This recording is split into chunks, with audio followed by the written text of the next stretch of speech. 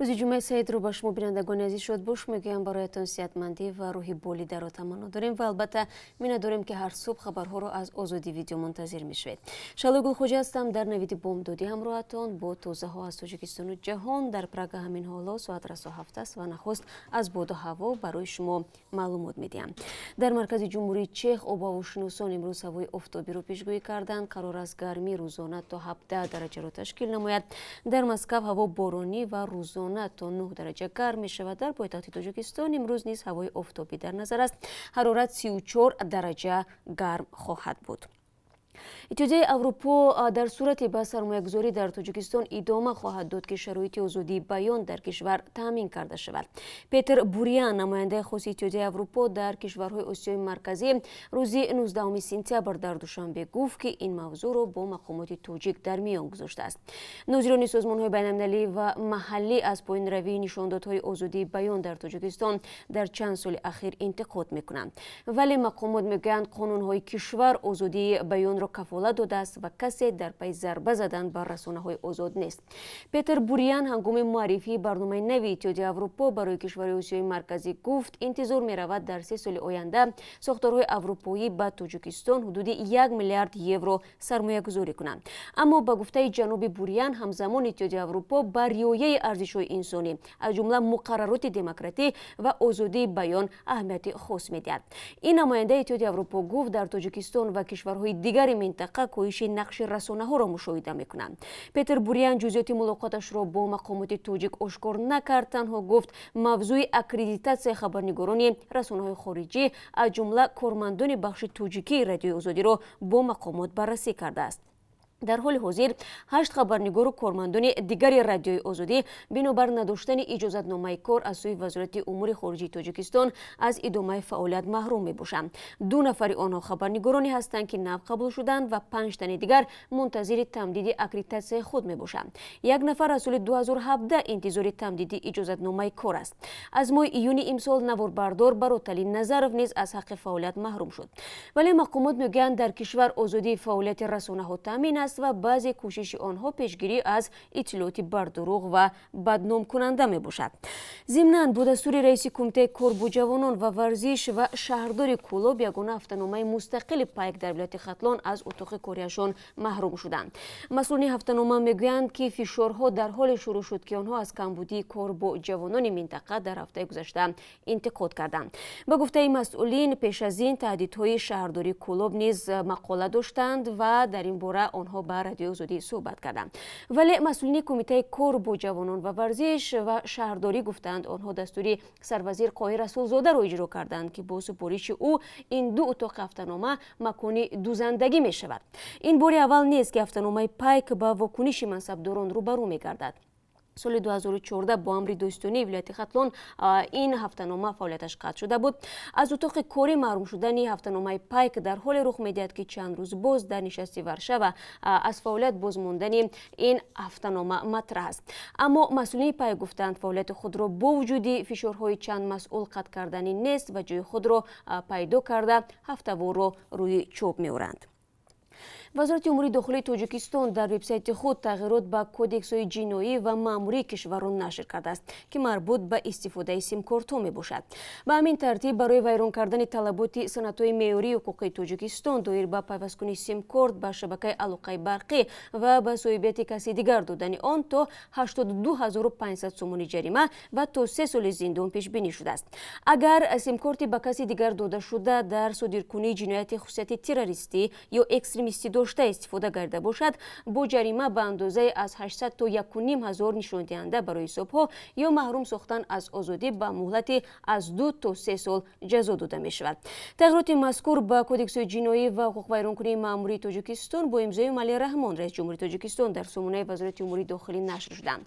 لازم به یادآوری است آنهایی که با شناسنامه‌های نوی کهنه سیم کارت گرفتند باید تا ماه فوریه سال آینده با آیدی کارت از ثبت دوباره بگذرند. در عکس حال سیم کارت خاموش کرده می شود. امروز مدافع آمریکا یکی از عکس‌العمل‌های احتمالی به حمله به کارخانه نفت عربستان سعودی را برای ارزیابی به پرزیدنت آمریکا پیشنهاد می‌کند. بعضی مقامداران آمریکایی و سعودی ایران را مسئول حمله می‌نامند. در صحبت با خبرگزاری اسوسییتد پرس یک منصبداری که نخواست است نامش آشکار شود گفته است نظامیان آمریکا روی خط هدف‌ها در ایران را مطرح می‌کنند که امکان دارد مورد حمله هوایی قرار بگیرند. نظامیان میگویند پنتاگون همزمان هشدار خواهد داد که عملیات بر ضد ایران میتواند به جنگ گسترده تبدیل یابد. 19 سپتامبر بعد ملاقات با نمایندگان عربستان سعودی و امارات متحده عرب کاتب دولت آمریکا مایک پامپئو گفت در منطقه موافقت حاصل شده است که حمله‌های هوایی در کارخانه‌های سعودی را در 14 سپتامبر ایران راه‌اندازی نموده است. ایران باشد این اتهامات را رد می‌کند. روز 19 سپتامبر در یک حمله هوایی و ترکش ماشین بمبگذاری شده در ولایت ننگرهار و زابل افغانستان 10 نفر کشته و مجروح شدند. منابع رسمی گفتند در حمله هوایی نیروهای افغان در ولایت ننگرهار کمش 30 کارگر جان باخته است. 3 مقام دولتی گفتند این حمله هوایی برای از بین بردن مخفیگاه جنگجویان گروه تندرو دولت اسلامی بود، اما تصادفاً دهقانان را هدف قرار داد.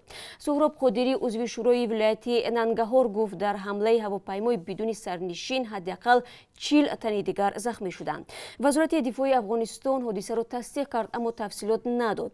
نیروهای بین‌المللی در افغانستان نیز در این باره اظهار نظر نکردند. در همین حال مقامات افغانستان گفتند روز پنجشنبه یک ترکش ماشین بمبگذاری شده در ولایت زابل کمش 20 نفر را کشته 100 تن دیگر را مجروح کرده است. خبرنگار بخش افغانی رادیو آزادی از جای حادثه گفت ترکش خودروی حامل مواد ترکننده در نزد بیمارستان شهر قلات رخ داد. هدف حمله بینای ریاست امنیت ملی گفته می شود. به گفته خبرنگار رادیو آزادی به شفاخانه مرکزی شهر قلات که در نزدیکی جای حادثه واقع است ضرری زیاد رسیده است و بیشتر قربانیان حادثه نیز بیماران و کارمندان شفاخانه هستند. گروه طالبان مسئولیت ترکش را بر عهده گرفته ادعا کرد که در نتیجه حادثه نیروهای امنیتی افغانستان تلفات سنگین دیدند. این حمله ها در حال صورت گرفت که تا برگزاری انتخابات پرزیدنتی افغانستان بیش از یک هفته دیگر مانده است. طالبان گفته بودند که برای برگزاری این انتخابات خلل می‌رسانند. بنیاد کودکان سازمان ملل متحد یونیسف میگوید بیش از 29 میلیون کودک سال گذشته در منطقه‌های جنگ زده شبیه افغانستان، سومالی، سودان جنوبی، سوریه و یمن به دنیا آمدند. در گزارشی که یونیسف 20 سپتامبر نشر نمود گفته می شود که سال گذشته از 5 کودک به دنیا آمده یکی در منطقه نزاع تولد شده است. رئیس یونیسف میگوید که در منطقه‌های جنگ زده والدان و کودکان به دنیا آمده به نیازمندی‌هایشان دسترسی محدود دارند. ضمناً روزنامه نگاران شبکه CNN در سوریه در یکی از اردوگاه‌های این کشور نورسی توجیکی را پیدا کردند. به نقل خبرنگاران والدین پسر بچه 15 ساله جنگجویان گروه تندرو دوئیش بودند. گزارش ویدیویی در این باره در فیسبوک نشر شده است. نورسی توجیک را در یکی از اردوگاه‌ها با عنوان الحال نگهداری می‌شود در آنجا پیدا کردند. در این اردوگاه‌ها آنهایی به سر می‌برند که از مناطق تحت نظارت گروه تندرو دوئیش به شمال و شرق سوریه آورده شدند. این نورس نیز عضو گروه جنگجوی دوئیش بوده است. او نقل میکند چگونه به او بمب، سلاح و کمربندی شهیدی دادند و چگونه باید در باشگاه آمریکایی خود را میترکاند. باید گفت هفته گذشته مقامات تاجیکستان گفتند که در پناهگاه‌های سوریه 575 زن و کودک جنگجویان تاجیک گروه دولت اسلامی را پیدا کردند. قبلا درباره 100 نفر گزارش شده بود. یک منبع باوری بخش رادیو آزادی گفت اکثر آنها در پناهگاه الحال هستند. شورای حقوق بشری سازمان ملل وضع آنها را وحشتناک تصویر کرده بود. مقامات تاجیکستان میگویند حالا راههایی به وطن آوردن زنان و کودکان را جستجو دارند. ماه امسال دیپلمات‌های تاجیک به سوریه رفته بودند و قرار است بار دوم در آخر ماه سپتامبر به آنجا سفر کنند. هنوز راههای برگرداندن زنان و کودکان تاجیک از سوریه مشخص نشده است. قبلا مقامات تاجیکستان از عراق بیش از 80 کودک تاجیک را به وطن آورده آنها را به اینترنت ها سپردند. از سال 2014 تقریبا 1900 شهروند کشور از جمله زنان و کودکان به قلمروهای سوریه و عراق رفتند. دادگاه بغداد همسران جنگجویان داعش را برای عبور غیرقانونی مرز و همزیستی و کمک به تروریستان به سالهای طولانی زندان محکوم کرده است.